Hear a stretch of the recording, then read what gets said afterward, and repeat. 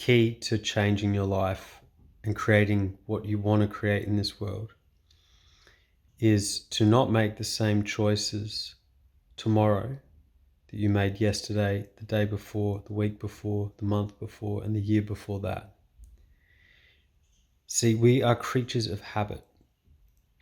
And if you keep thinking in the same way, then that state of being, that emotional state, is made up of the thoughts you think, leading to the choices that you make, which lead you to the experiences that you have that feel familiar, that produce that emotion that reaffirms who you think you are. And that loop, that feedback loop, is called your personality.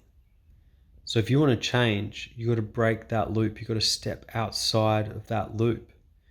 To do that requires tenacity, courage, discipline, self-love, putting yourself first. Charity starts at home. People are always trying to please everyone else so they don't make these big decisions. You know, these sacrifices that have to be made. But if you've read The 5 Regrets of the Dying, I think it was Bronnie Ware, number one regret was not living the life that people actually wanted to for themselves. Okay, they're at the end, they're dying now. That's it, click your fingers, game over. And they've got the clarity and they're like, man, I should have been living my life, not the life that other people expected of me.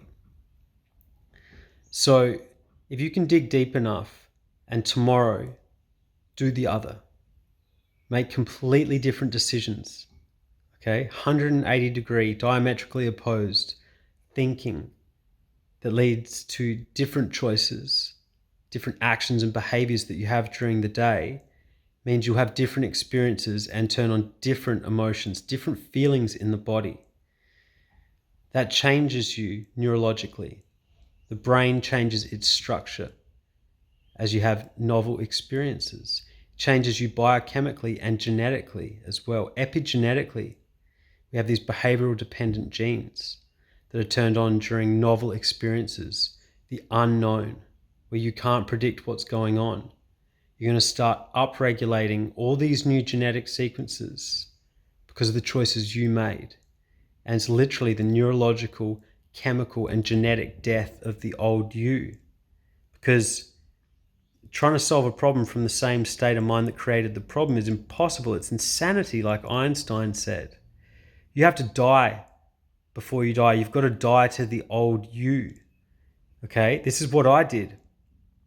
I said everything that was threatening to the old Damo, right? The old me ended up with 44 bits of metal in his head, 44 kilos, made his mum cry, spent a week in a coma, was a recovering drug addict, had been suicidal for 10 years, medicated to the hilt on antidepressants.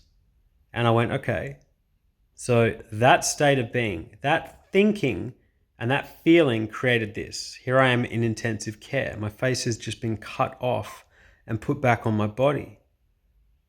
And I went, okay, so if I make new decisions that are the complete opposite, that would threaten the old me, I'll carve out a new path. And now I've spent the last 12 years studying the genetics, the biochemistry, the neuroscience, the psychology behind that, behind how you become literally a different person. But it starts with you. The power to change the world is in your hands. And charity starts at home. You've got to give to yourself. This isn't a dress rehearsal. This is your life. This is it. This is the be all and end all right now. Okay, so if you're not happy with how your life looks, if you're falling way short of your potential, if you know there's something more in you that you could do, you don't need to have your face cut off. You don't need to break every bone in the human skull, like I did, have critical head injuries and shatter your spine in 6 places to find out that you've actually got limitless potential inside you. It's like the placebo. You don't need to take the sugar pill to heal yourself. Okay, if you take nothing and nothing heals you, which it does all the time in medical trials, did you need the nothing? Did you need the inert substance, the sugar pill? Right? If you are living out of pain and you're living by the pain body, or you're living from addiction and suffering, Look, I can tell you categorically, it can lead to some dark places. You get hit with a Mack truck if you don't course correct. So it's about coming back to your heart. It's about coming back to what you love, what you value. Get clear on it. What do you want? How do you want to love? How do you want to live? How do you want to share? Who do you want to touch in your time here? What mark do you want to leave behind? How do you want people to talk about you after you're gone? How do you want to contribute? This is your life. Self-love is the key now. Is the holy grail here.